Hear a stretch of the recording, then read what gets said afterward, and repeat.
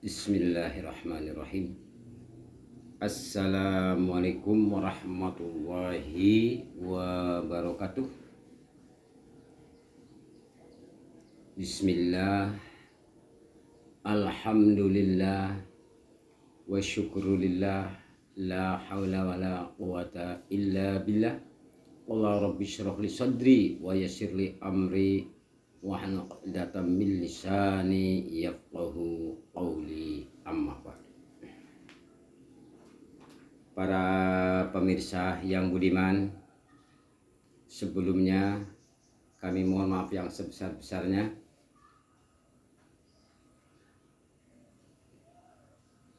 kami akan mengaji khususnya untuk pribadi kami sendiri yang bertemakan syarat rukun ibadah kepada Allah. Jadi kita sebagai umat muslim harus tahu syarat-syarat dan rukun-rukunnya ibadah kepada Allah bagaimana dan ada berapa. Para pemirsa yang budiman, jadi syarat rukun ibadah kepada Allah itu ada 4 macam. Yang pertama yaitu tarekat, dan yang kedua syariat, yang ketiga hakikat, yang keempat makrifat. Ulangi lagi, syarat rukun ibadah kepada Allah itu ada 4 macam. Yang pertama yaitu syariat, yang pertama tarekat, yang kedua syariat, yang ketiga hakikat, yang keempat makrifat. Para pemirsa, apakah yang dinamakan tarekat? Itu yang pertama. Apakah yang dinamakan tarekat? Tarekat yaitu mengetahui, mempelajari syarat-syarat ibadah kepada Allah Subhanahu wa ta'ala. Yang kedua syariat. Apakah yang dinamakan syariat? Syariat yaitu menjalankan atau mengerjakan ibadah kepada Allah Subhanahu wa ta'ala. Dan yang ketiga yaitu hakikat. Apakah yang dinamakan hakikat? Hakikat yaitu mengetahui, mempelajari dalil-dalilnya Allah yang ada di dalam Al-Quran, para pemirsa. Yang keempat yaitu makrifat. Apakah yang dinamakan makrifat? Makrifat yaitu mempelajari, mengetahui wajib dan sunatnya ibadah kepada Allah Subhanahu wa ta'ala.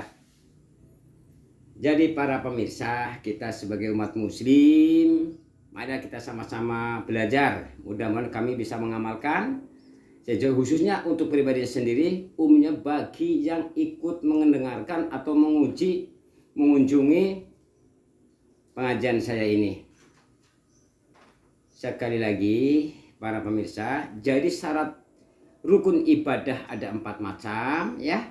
Yang pertama tarekat, yang kedua hakikat, yang ketiga, yang pertama tarekat, yang kedua syariat, yang ketiga hakikat, dan yang keempat makrifat.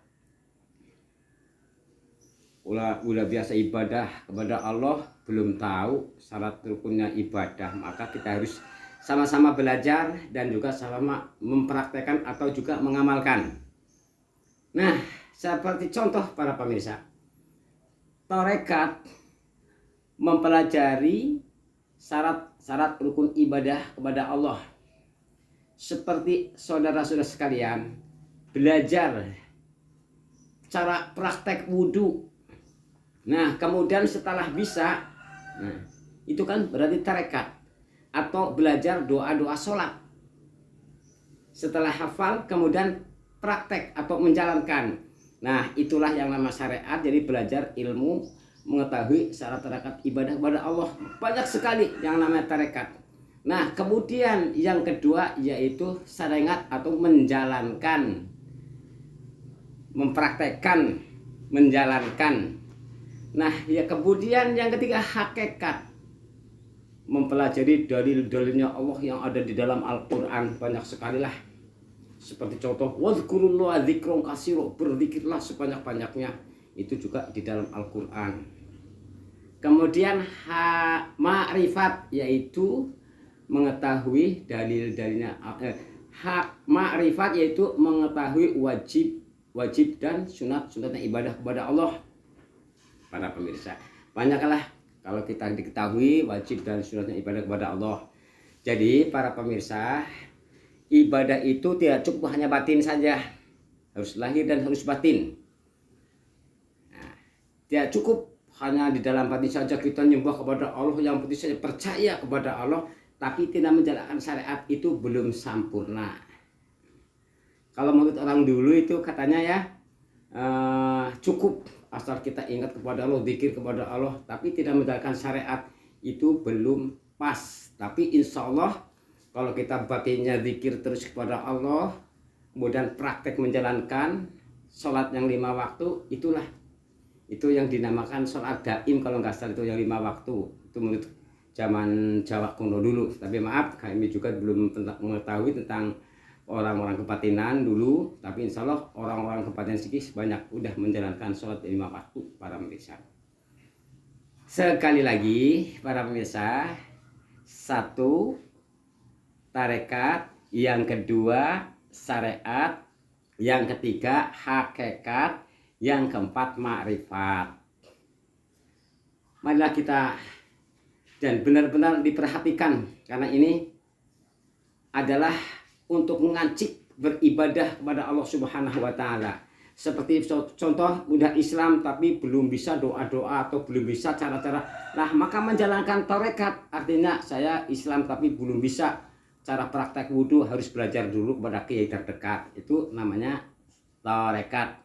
Belajar ke kiai, belajar cara-cara sholat bagaimana. Setelah menjalankan tarekat, kemudian sarengat, kemudian temandang atau gimana menjalankan.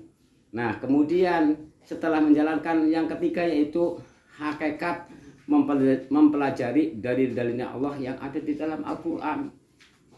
Yang keempat, yang terakhir itu hakikat, mempelajari wajib dan sunatnya ibadah kepada Allah Subhanahu wa Ta'ala.